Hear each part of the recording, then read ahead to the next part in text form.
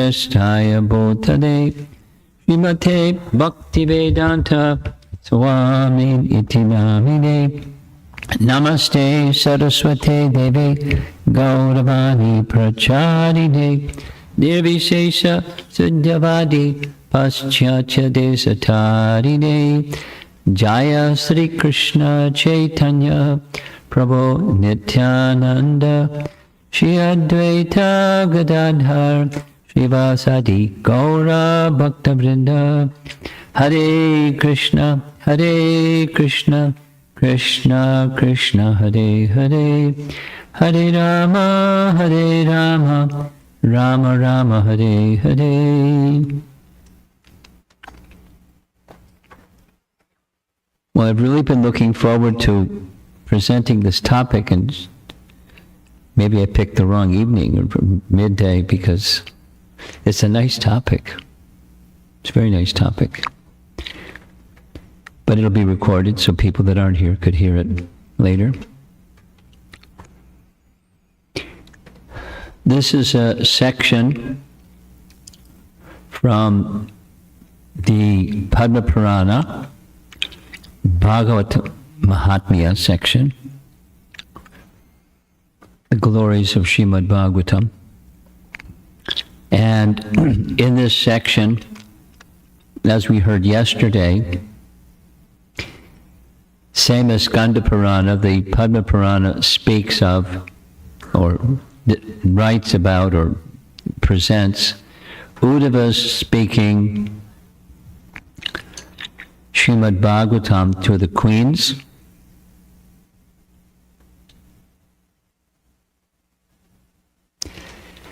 In Vrindavan, at Uddhava Kund. And so this is Uddhava speaking, and aside from the queens, there's Maharaj Parikshit came with them, and the great-grandson of Krishna, Vajranabha, is also present. That's the scene. We're in Vrindavan. And Uddhava is specifically addressing Maharaj Parikshit. I will now tell you the means of having Krishna manifest within one's heart. Now, the queens are the audience, but he's speaking to Maharaj Parikshit.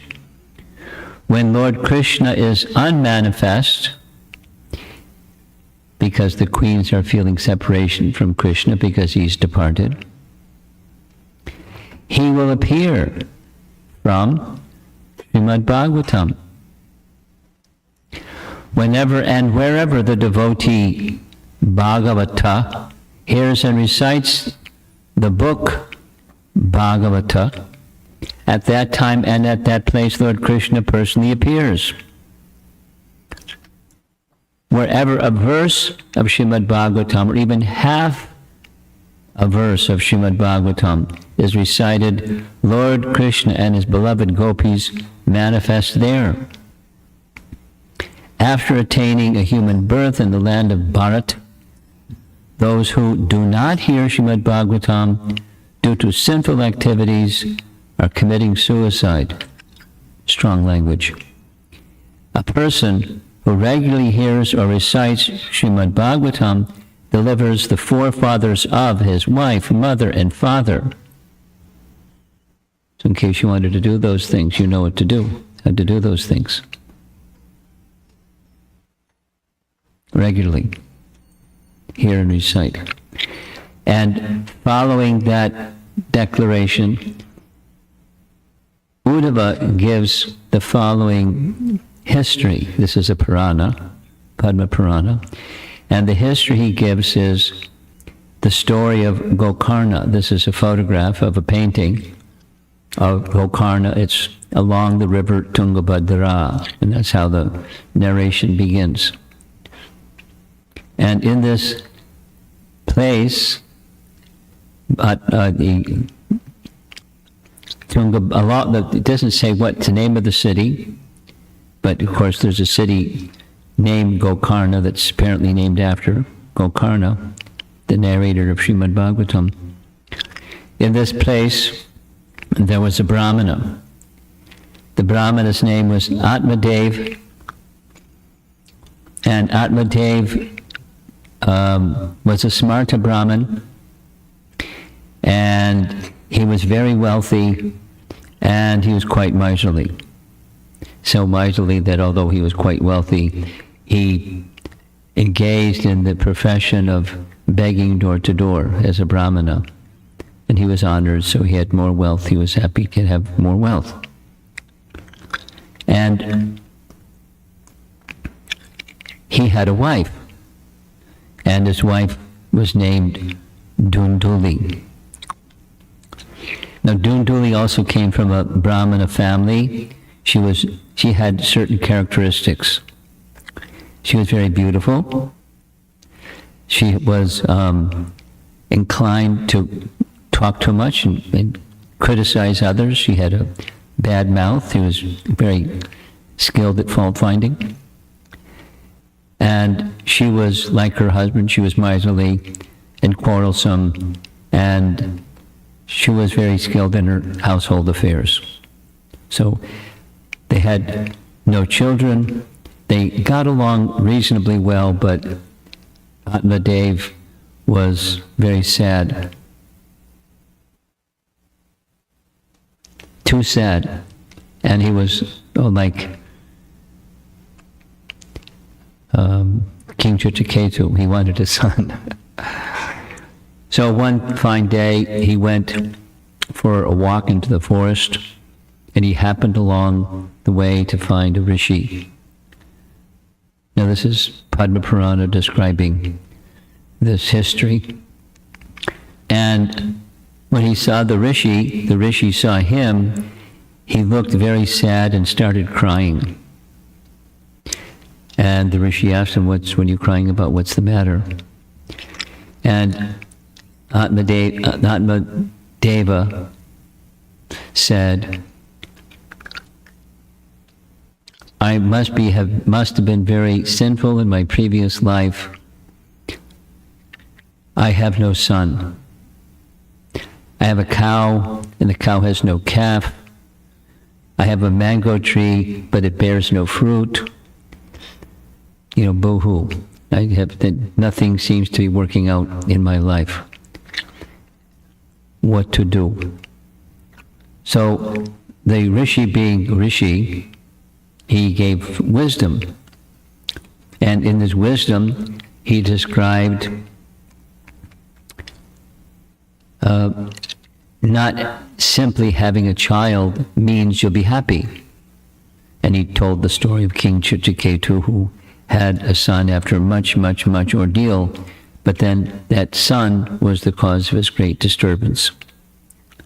And if you like, I'll conduct your astrological chart, which he did, and your astrological chart says, for 7 lifetimes you're not to have children. So don't work against your karma, accept your karma, it is what it is, for whatever the reason, and just accept it. However, Atmadeva couldn't accept it. And when the sage, the rishi,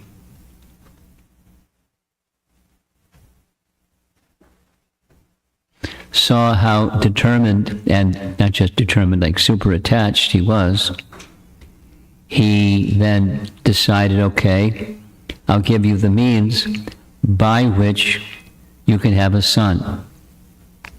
Here's a fruit, and if you give the fruit to your wife, she has to follow the following rules. And he gave a set of rules that were very strict, and by following these rules, she'll in the course of time bear a son. So Atmadev was very, very grateful. He took the fruit, gave the fruit to his wife, and Duduli thought,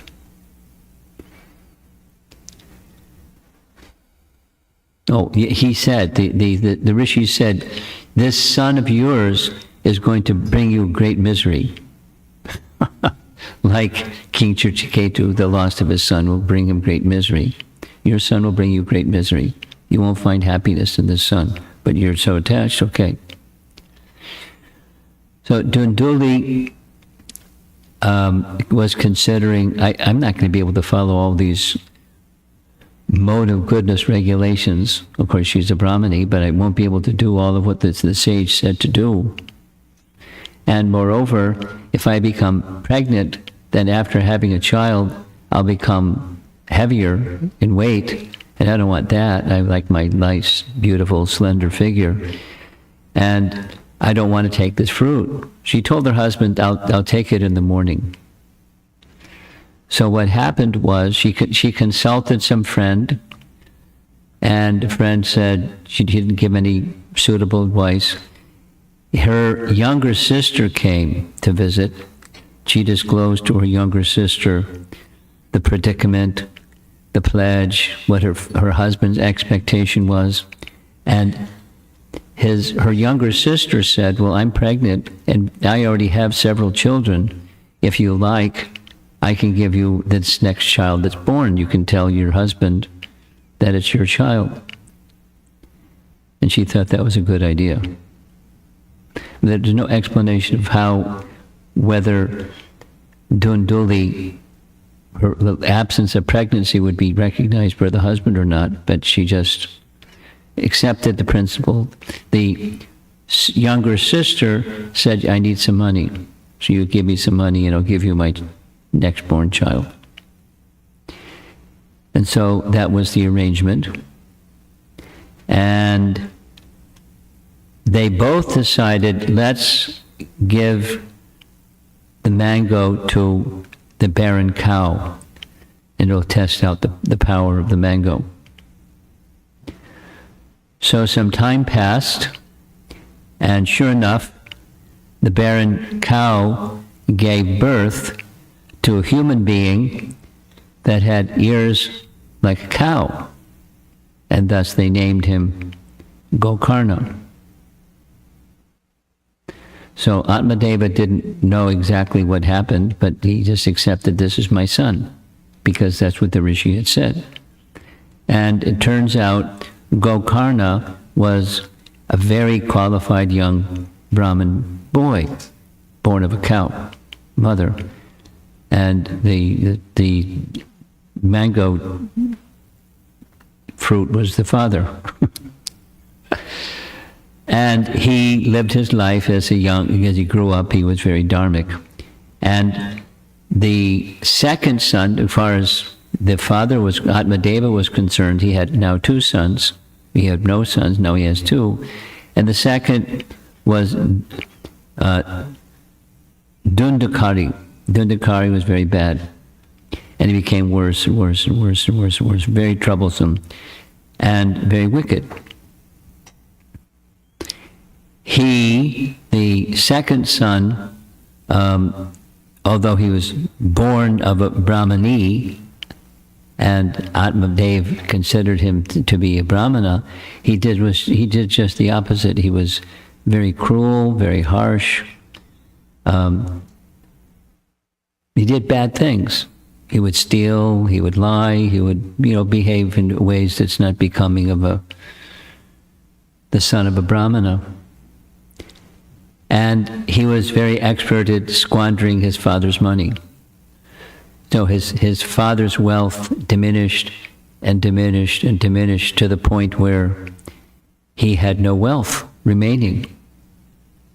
The son Dundakari, came and demanded some money. His father said, I don't have any more money. You've squandered it all. So then he took his father's deity paraphernalia, said, I'm going to sell it. This will do me for today. And when I come back tomorrow, you better have some money or I'm going to make a big problem for you. He threatened his father. And his father didn't know what to do.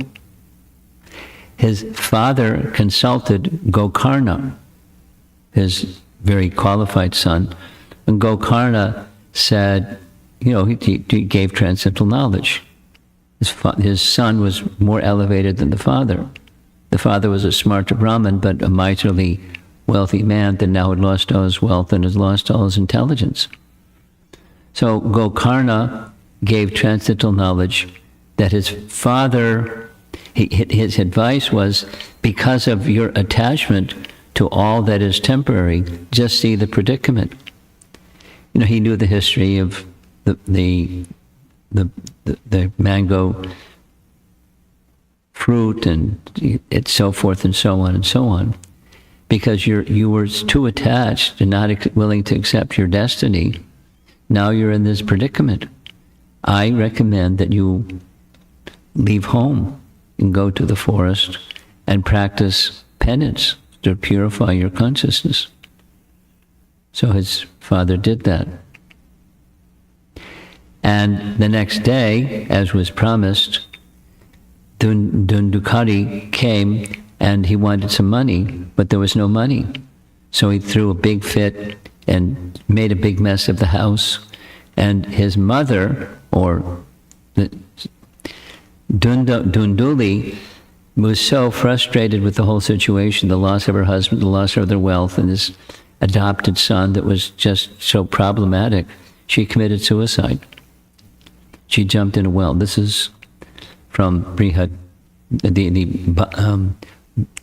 Bhagavatam Mahatmya section of Padma Purana. And Uddhava's narrating this to Maharaj Parikshit and to queens. Now, it's not exactly the story that we hear in Srimad Bhagavatam, but it's part of what Uddhava narrated. In other words, the details are certainly different, but the principle is very similar to the King Chitraketu story, some elements. So there's Gokarna. His father has gone to the forest.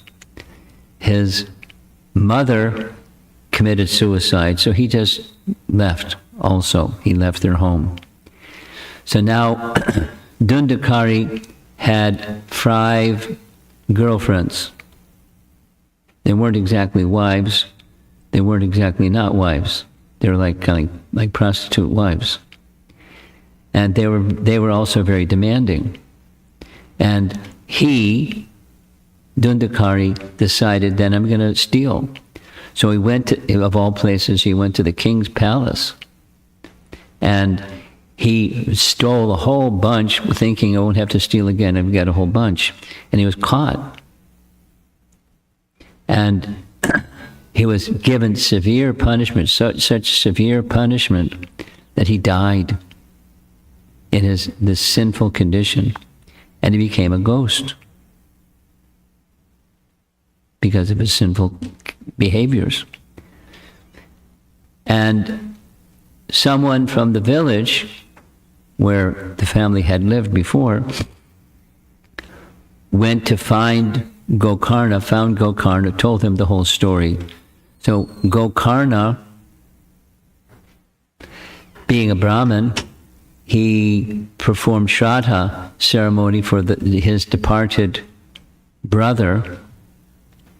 And then he went back to see what was left of the house and if there was something he could do to help stabilize things. And when he went back that night,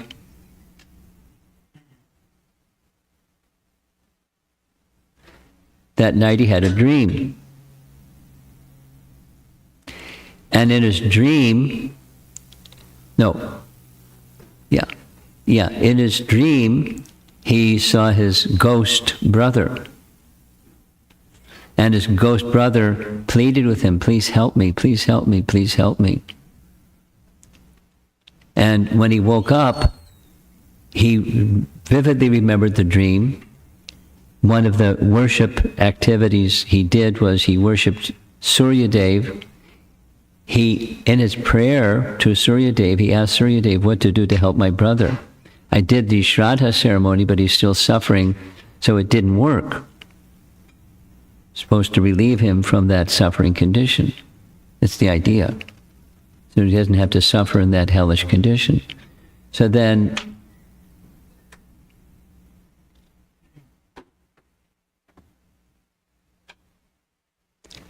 Surya, this is Padma Purana, it's not Brihad, it's Srimad Bhagavatam Mahatmya section. Surya said, you can relieve your brother of all the reactions of his past sins. You simply have to narrate the entire Srimad Bhagavatam, and he'll be relieved of all of his sins. He and generations before and after will be relieved of all their sins. So, hearing this instruction from his worshipable Suryadev, Gokarna decided to recite Srimad Bhagavatam for 7 days. Bhagavat Saptaha, right? And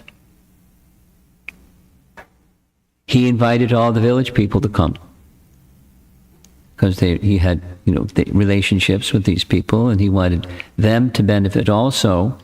And when it was informed, when Dundukari came to know, the place was so packed, there wasn't a place for him to sit. So he, Dundukari, made his residence inside the hollow of a bamboo, because he was in a ghost body, he could fit, because it's subtle.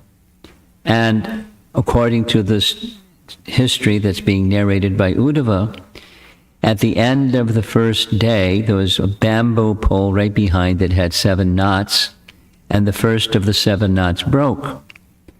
And then each day, through the course of the 7-day narration of Srimad Bhagavatam, another knot or another section of the bamboo broke, taking it or demonstrating as a sign he's getting closer and getting closer and getting closer. And when Gokarna completed reciting Srimad Bhagavatam, much to his amazement, the ghost-like form of his brother is now transformed to a spiritual-looking form.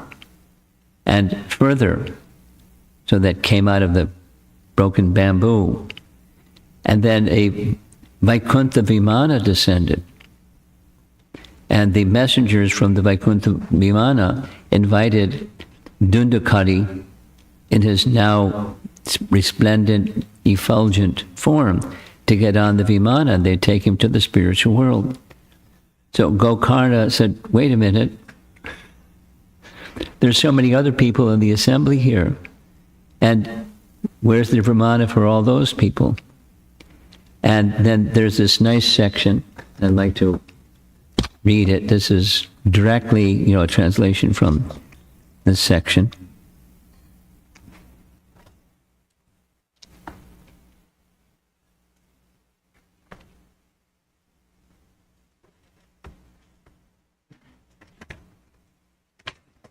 Here we go. The difference in results comes of the differences in the quality of their hearing. This is the punchline of the whole thing. Very similar to what we heard yesterday. One of the topics yesterday was, are these statements about the Srimad Bhagavatam being given as a gift on Bhadra Purnima, is it artavad? Is it simply an exaggeration? So this is similar. The quality, according to what we heard, has something to do with the faith that one has in the pronouncement, the scripture itself, and so forth. The difference in results comes of the differences in the quality of their hearing. Everyone present, it is true, listened to the Bhagavatam, but not everyone reflected on what they had heard. The difference in results came from this, as well as the quality of their worship.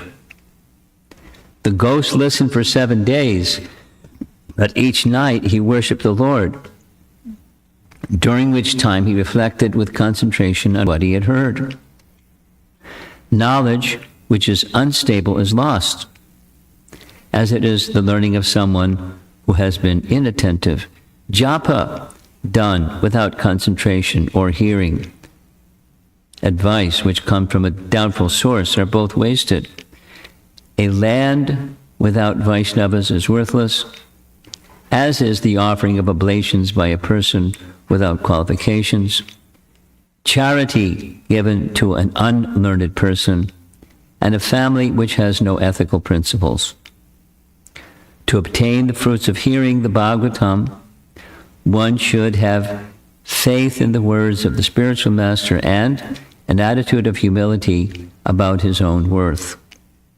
He should be victorious over the flaws of the mind and have unswerving concentration on the topics he is hearing. This is like just a translation from Padma Purana speaking about how to hear Srimad Bhagavatam,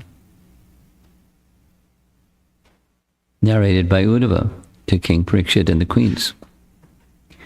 When all these people hear the Bhagavatam a second time, so this is an invitation, they too will gain eternal residence in Vaikuntha. Of this there is no doubt. As for you, Gokarna, Govinda will personally take you to Goloka, the abode of the cows. Far out, huh? I mean, there's no envy. Padma Purana to Bhagavat Purana. No envy, no competition. Very similar to what we heard yesterday. And this is Sanatana Goswami writing that within an assembly of exalted scriptures, they're all exalted. As soon as Srimad Bhagavatam enters into that arena, they all pale in significance, or they stand in honor. So the Vimana took off. The Vaikuntha messengers took off. So Gokarna took it that he should narrate it a second time. And the second time he gathered the villagers, and boy, they were attentive. Better than the first time.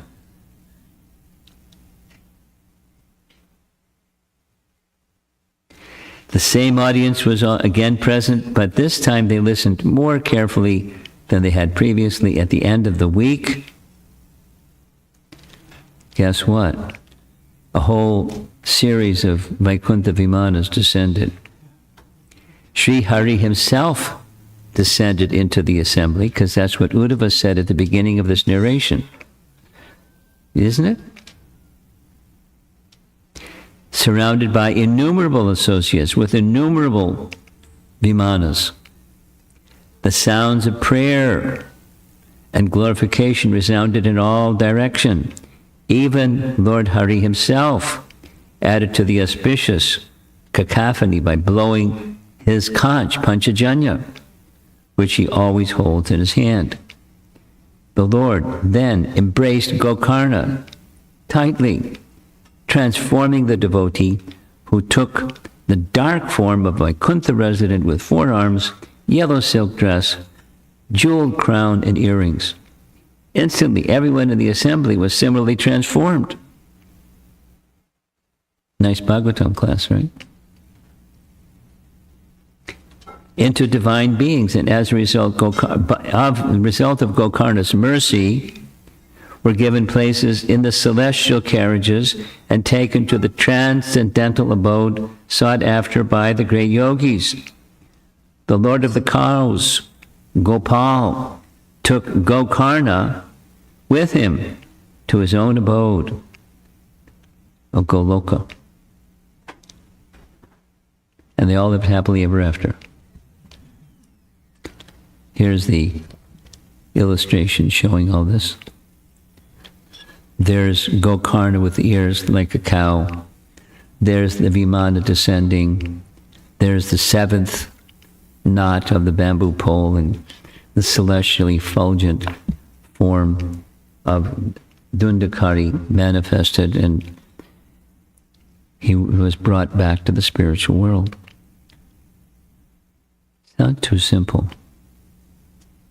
It's an exaggeration, right? It's Arthavad, right? You sure? Why not? If you were here, you would go back. If you don't remember, go back and hear yesterday's class, and you'll find the answer. So I want to end by a couple of prayers, 3 prayers.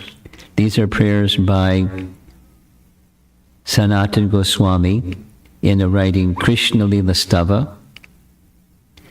Here's the translation. It's a glorification because the glorification is at the bottom. Sarva Bhagavata Prana, Srimad Bhagavata Prabhu. Here we go. Oh, Srimad Bhagavatam. Oh, nectar churned from the ocean of all the Vedic scriptures. Oh, prominent transcendental fruit of all the Vedas. Oh, you are enriched with the jewels of all spiritual philosophical conclusions. Oh, you who grant spiritual vision to all the people of the world. Oh, life breath of the Vaishnava devotees. Oh Lord, you are the sun which has arisen to dispel the darkness of Kali Yuga. You are actually Lord Krishna, who has returned among us. Now the message is, as we've been hearing, it's not a new message. The Bhagavatam is Krishna himself. Same as what Padma Purana says specifically, the 12 cantos are the 12 parts of his body. And, the same can be our endowment depending upon our faith and our attentiveness to the activity.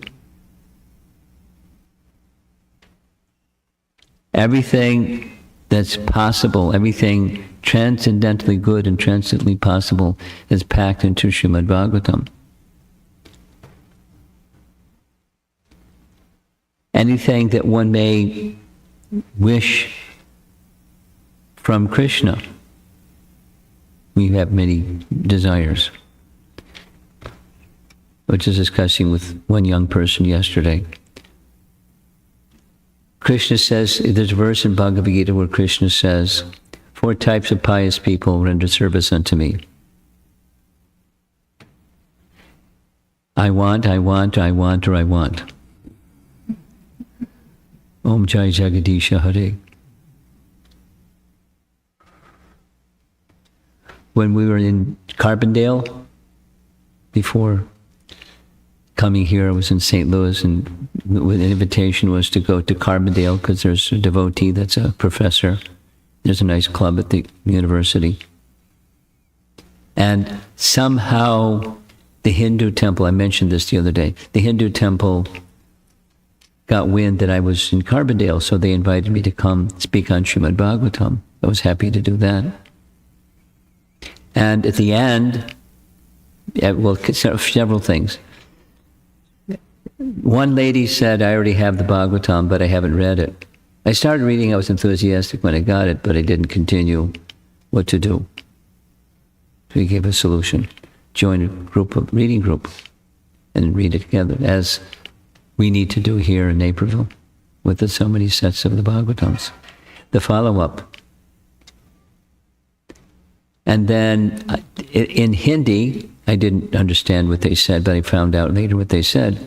They were very much appreciating ISKCON, Prabhupada, and Srimad Bhagavatam.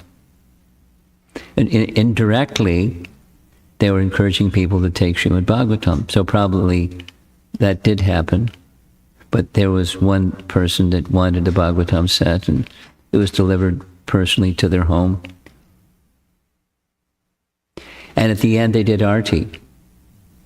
And this is one of those Hindu temples that you name it, and they were deities. All, like 180 degrees worth of deities.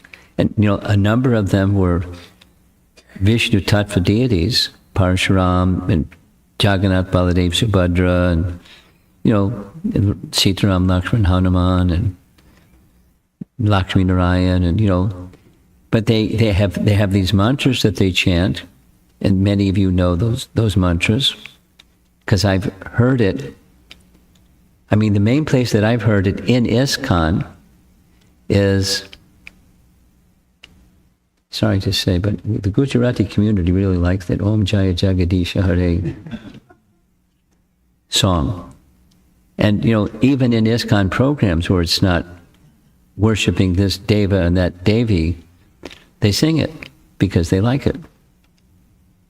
I mean, not all, that was years ago. I haven't heard it in a long time. So that's what they did. Om Jai Jagadisha Hare, and I want this, and I want that, and I want the other thing. So indirectly, they're also devotees. But, in Bhagavad Gita, Krishna says, Chaturvidha bhajante mam jana sukriti norjana. They're pious, they're sukriti, and they want this, they want that, and they want the other, and they want the other. And Krishna accepts them as devotees. However, the Srimad Bhagavatam, we're going to hear it this evening, Dharmak projita kaitavotra, paramo nirmatsaranam satam. The Bhagavatam doesn't indulge in that kind of dharma. The dharma that's by design, fulfill this desire, fulfill that desire, Om Jai Jagadisha Hare. It's by design exclusively devotional service. There's nothing wrong with the indirect, but there's nothing like the direct. Because the indirect needs one, like Prabhupada's example. You know the example. If someone says, my dear sir, can you touch your nose? The normal thing is to do this. But you can also do this. Prabhupada sitting on the Vyasasana, reaching his arm around his head and touching his nose. You can do the indirect. That's also a way to touch your nose. But the end is touch your nose. So the direct is the Bhagavatam. Squeaky clean, direct. And the indirect that can easily mislead people into the indirect is it. The indirect is fulfilling material desires is it. That's it. You go to God to get material desires fulfilled, that's it. He's this order supplier, and he has a big warehouse, and he can take care of anything you want. Om Jai Jagadisha Hare. And that's not what the Bhagavatam is. I mean, those who want material prosperity, they can also worship Krishna and read Srimad Bhagavatam and get material prosperity because their punya comes and that's their desire. So they may receive that. But the intention of the Bhagavatam is, even with that happening, direct the attention of the reader or the listener to the personality of Godhead. So here's more of Sanatana Goswami's verses. Oh, Srimad Bhagavatam, I offer respectful obeisances unto you. By reading you, one attains transcendental bliss, for your syllables rain pure love of God upon the reader. You are always to be served by everyone, for you are an incarnation of Lord Krishna. So the Bhagavatam is a person, not it. Two more. Oh, Srimad Bhagavatam, my only friend, my companion, my teacher, my great wealth, my deliverer, my good fortune, my bliss, I offer respectful obeisances unto you. So the good fortune is something you never lose. There's good fortune in the form of wealth you may have for a while, but we know what happens with the goddess of fortune. She doesn't stay put. She moves. So misfortune, good fortune may become misfortune that then one laments, etc., etc., etc. And, reality is we're in a place of duality, and sometimes there's good fortune, sometimes there's misfortune. And when there's a misfortune, wait a while, the kaleidoscope will turn, and who knows what's next. But it's a place of, there's going to be something else, because that's the nature of the place.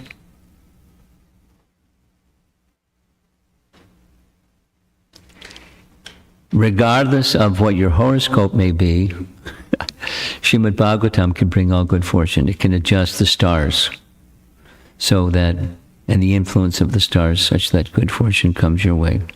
And the transcendental bliss. This is our last slide. Oh, Srimad Bhagavatam, O giver of saintliness to the unsaintly. Oh, uplifter of the very fallen, please do not ever leave me. Please become manifest upon my heart and my throat, accompanied by pure love of Krishna. Now, these are prayers by Sanatana Goswami, honoring, of course, this honoring Krishna, but in honoring Krishna, he is honoring the Bhagavatam, because the Bhagavatam is Krishna. And we it takes a while to feel that, because it's just like the deity is wood or stone, and the mantra is a sound, and the book is a book. Because that's how we relate to things that are physical objects. Even sound objects, because that's also physical. But to get to the point where Sanatana Goswami is writing from, it is not just poetic, it's him. As we heard yesterday. Some of you may not have been with us yesterday.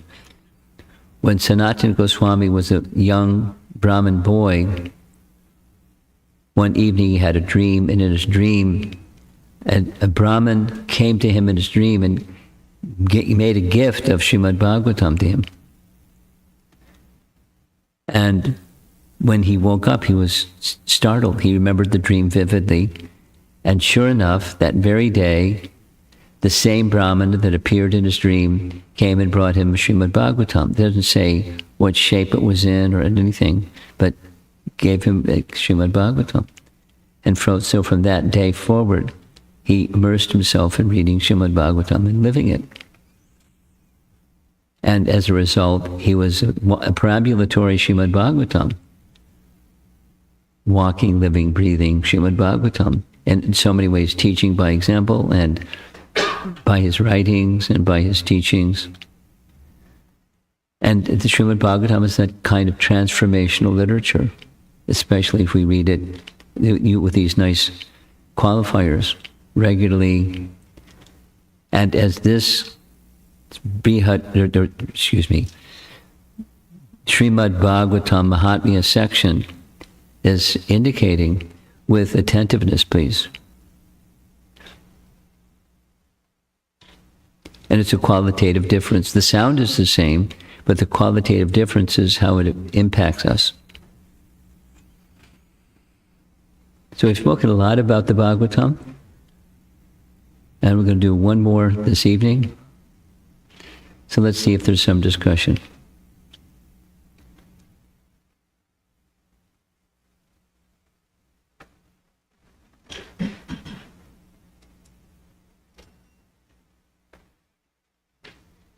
Just want to thank you for this festival for Srimad Bhagavatam, the series. It was so nice. I want to also report that the reading groups that was started a couple of years back, they all have been continuing, and they're almost in 10th canto, 9th canto, and so on. So thank you for your blessings. Well, this lady in Carbondale, if she doesn't find a reading group, she can join one of these reading groups. Because it sounded like, she is an educated, articulate lady, and it sounded like she actually wanted but needed a little jump start. And there's probably a lot of people like that. So, a request, contact Rupa Vilas and see if she found a reading group to join, and if not, invite her to one of the reading groups. And they can go to the 10th canto, no problem, and go loop around and go back to the 1st canto. But when she's in the habit, once somebody has this regular habit, it's easy. Forming good habits helps get rid of bad ones.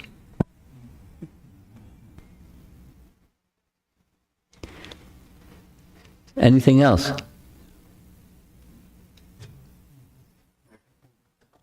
It's coming over here. It's coming. Hang on.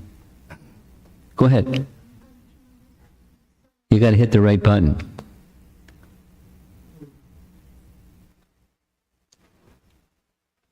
Just ask a teenager; they'll show you how to do it. Hare Krishna Maharaj, this has been a long-standing question. How do I deal with the disagreeable topics? I mean, I find it in the Bhagavatam. In the Bhagavatam, I find it very difficult to just accept and move through. To give the context, I am reading 9th canto. Chavanamuni. So, 3 things.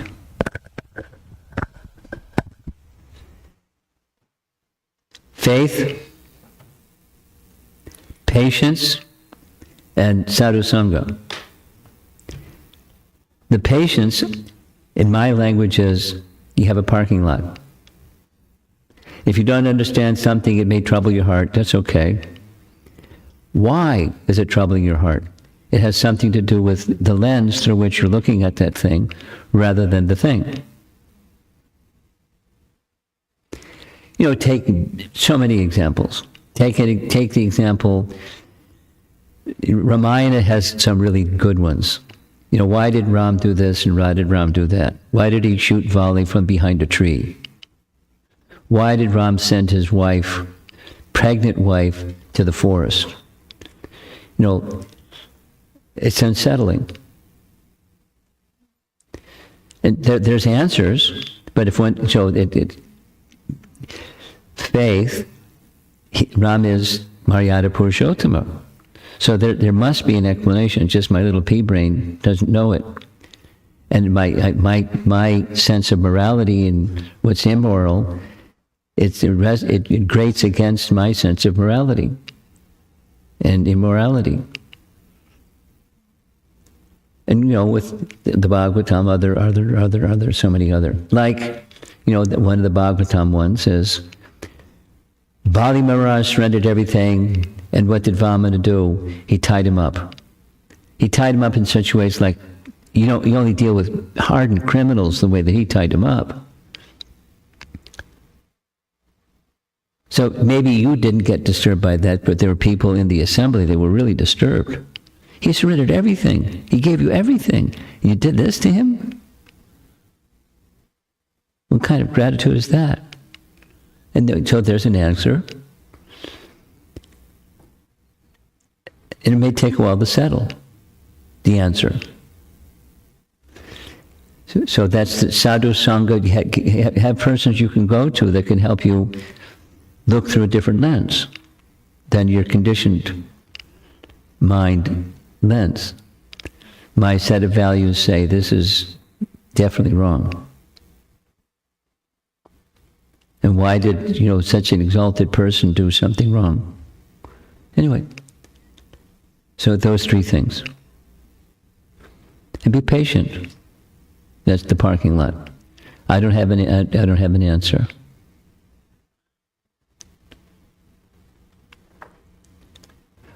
I've been doing it just on one note that came in class several mornings ago with Arudha. She was asking, what's the destination of a Buddhist? And just this morning, I came across a many-paged article written by Chandrasekhar, the GBC, because in China, Buddhism is a big thing. So there's 6 topics that he deals with, and one of them is the destination of a Buddhist. And there are different brands of Buddhism, and there are different destinations. But the essence is the river Viraja. There's no scriptural reference for that because scripture was written before Buddha appeared. There's no scriptural reference. But there's principle-based and acharya realizations on the topic. So, it's sadhu sangha. And being patient and having faith. And the principle. I mean, Buddha, to put it bluntly, Buddha was an atheist. Because one idea of atheism is you don't believe in God. But a more precise definition is you reject the Vedas. Because the Vedas reveal the Supreme. The Vedas are non-different. The Vedas are the breathing of Narayana, and they reveal Narayana. And you reject the Vedas, you're an atheist. That's strong language. Now how could, an incarnation, this could grate against somebody that has a different sensibility, but Buddha is an atheist. Because one who rejects the Vedas rejects God, so we reject not Buddha, we reject the teachings of Buddha. Because he's an atheist. He's not a bad atheist. He's a Bhagavan. But the behavior is the behavior that we reject the teachings of Buddha, not Buddha. And the teaching that in addition to rejecting the Vedas, he said things that just aren't, his core teachings are not correct. So why did Krishna do something like that? Then there's answers. If you want, I can send you that article. Yeah. Ask Garuda, she'll send it to you. Give me something less to do. So those are the three things I recommend. Okay. Something else. There's some hands over on this side. Oh, you got a microphone already. Hare Krishna Guru Maharaj. So my question was about the knots, 7 knots. Dundukari was there, and after the 7th day. I can't hear you. Yeah, I think the microphone's on, but you're soft. Your voice is very soft. Yeah. So Better. Yeah. The question about the 7 knots on the bamboo. About the what? The 7 knots on bamboo when the Dundukari was. Oh yeah, okay. Yeah. So any deeper significant, Maharaj? No, just an indicator, Okay. a sign, lakshana. Oh. Thank you. That's all.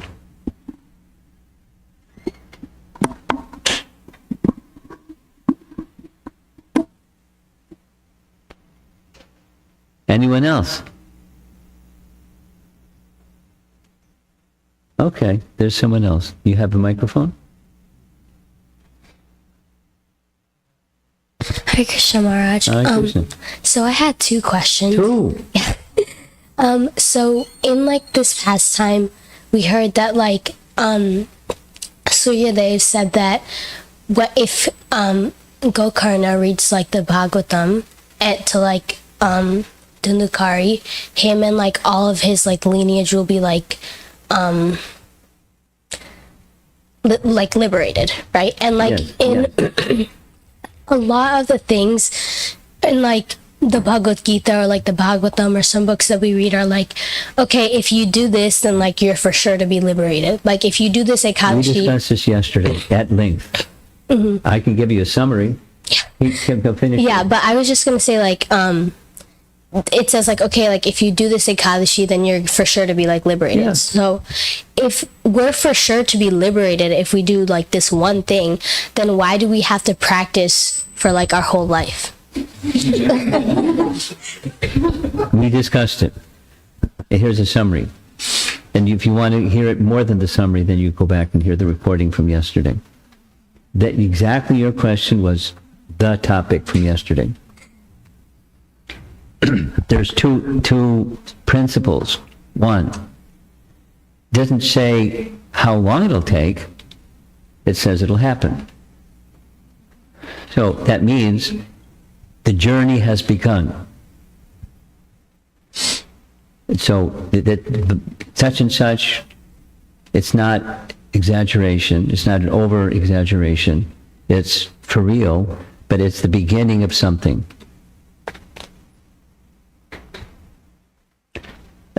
Tomorrow I'm getting on an airplane and going to India. I'm already on that airplane in my mind. But I hadn't gotten on the plane yet. And not only that, but they postponed the departure by 2.5 hours. They were kind enough to let me know ahead of time. You know, and I'm not there yet, but you know, in my mind I'm there. I'm already like, I know what I'm going to do when I get there.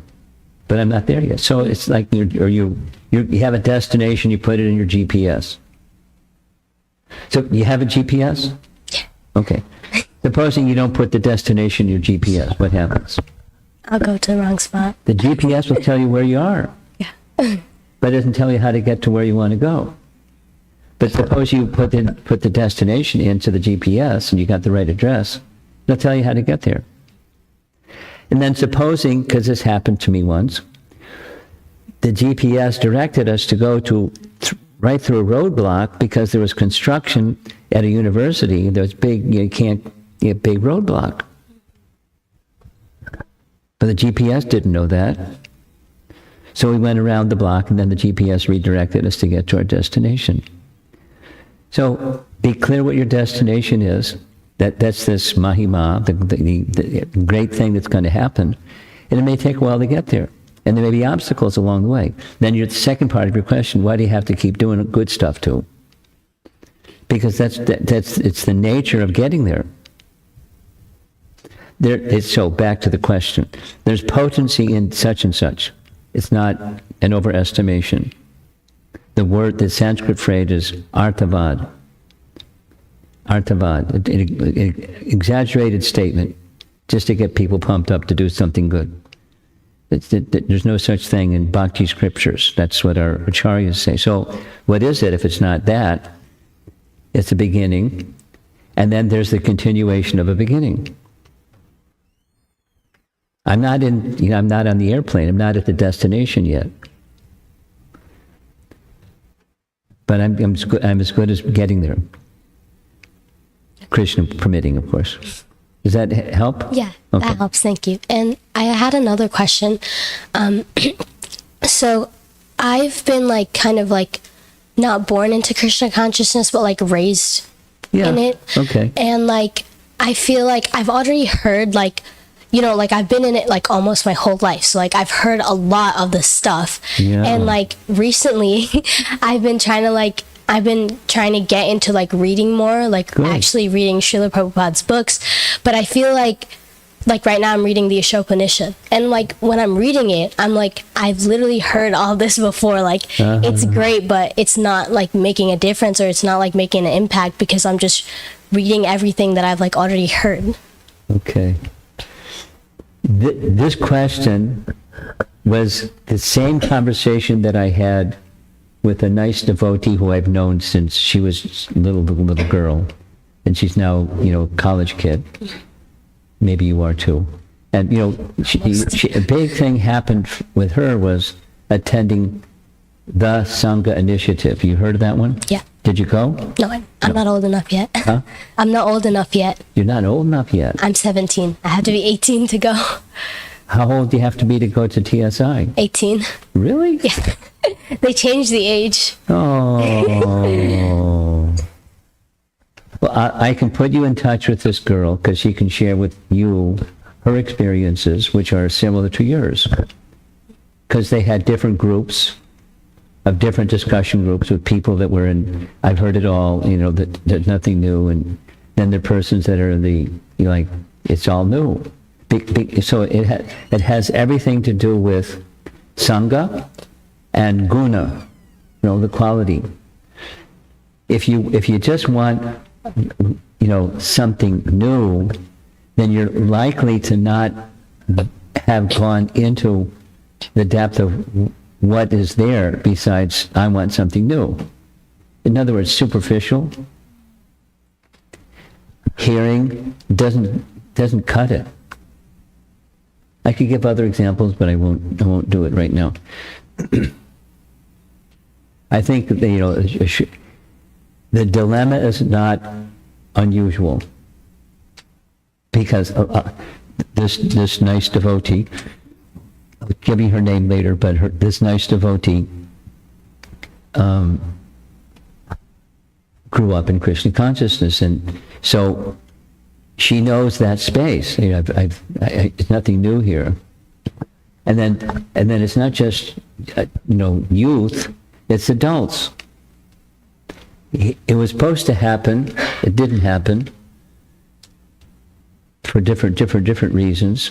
But there was Hemangi and Nityananda Pran were invited to give a seminar on exactly this topic. The heading of it was, I'm still chanting, I'm still reading. Not much is happening. It's not just youth, and you growing up in it, and it's it's staying on the surface, and that's why nothing's happening, or not much is happening.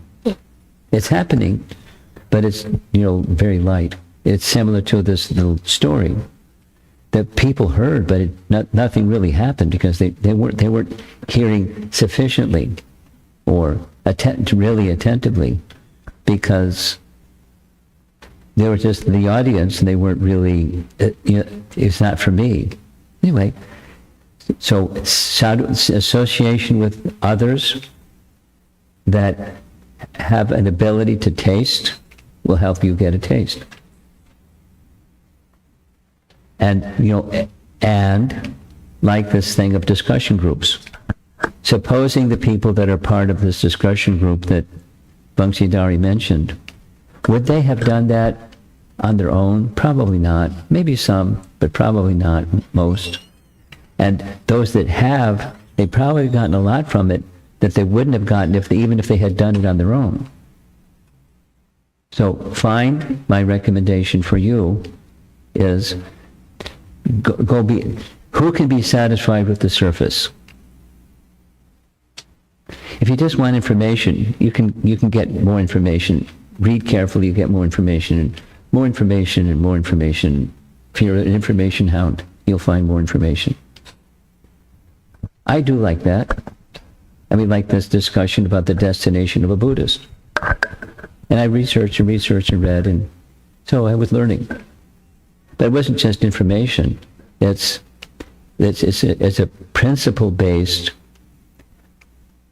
question, not information. It's information, but it's more than information. It's transformation. With the conviction that I want to know where I'm going. I don't want to just do something because somebody says do something, and I go, nod my head and do that something, although I'm not really purposeful in what I'm doing. I don't want to do that. Thank you. And you don't either. So thank you. So then find a way, primarily association, and a deeper thoughtfulness from within you of what's the purpose of reading? What's the purpose of life? What's the purpose of, supposing you don't know what the purpose is, then you can become, an existentialist. Nothing matters. You know that one. Have you studied existentialism? Well, I actually have not. Huh? I have not. I did. I just share little sharing. I studied French for 5 years, starting in high school. And because I studied French for 5 years, starting in high school, it means I started before I was even in high school. One of the later years, they wanted us to read a book by Albert Camus in French. I mean, it's available in English, but I read it in French, and he's an existentialist. He was teaching existentialism. And in his life, his life ended because nothing mattered. So he just drove his car off a cliff and ended his life because it doesn't matter, living or dead. There's no meaning. Existentialist.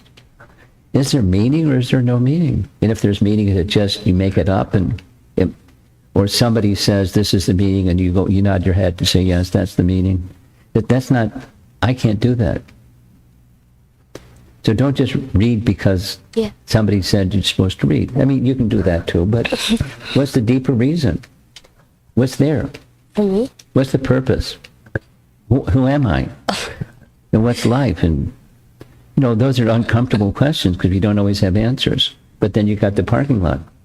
You keep asking the question, and then some light will come, and you get a little bit better understanding. You read like that. What's the purpose of this reading, please?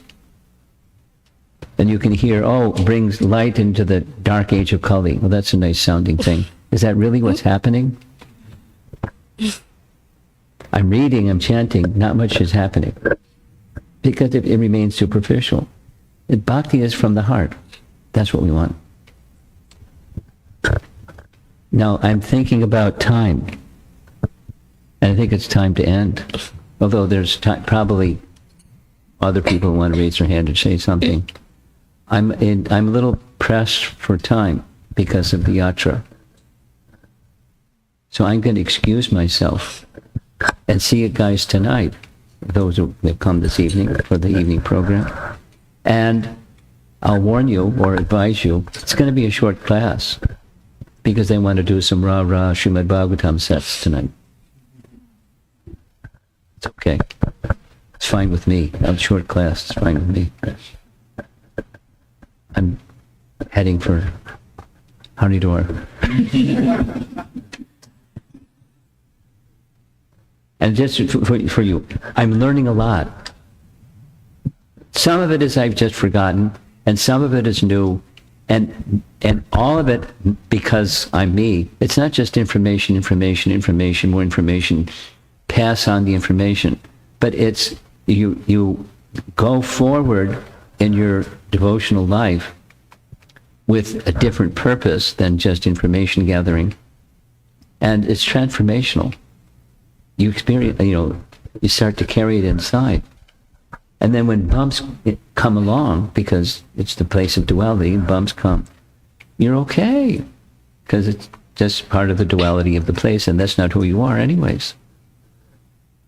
Then who are you? Then, that's the discovery, journey of self-discovery. And when you know who you are, then next comes, I'm part of the Supreme, and your attraction for topics of Krishna become so much, enlivening. Not, I heard that one. What's the next one? Give me something new, please. This relationship, based on who you are and the object, the Supreme lovable object, who we've kind of lost track of. Srila Prabhupada ki, Grantharaj Srimad Bhagavatam ki,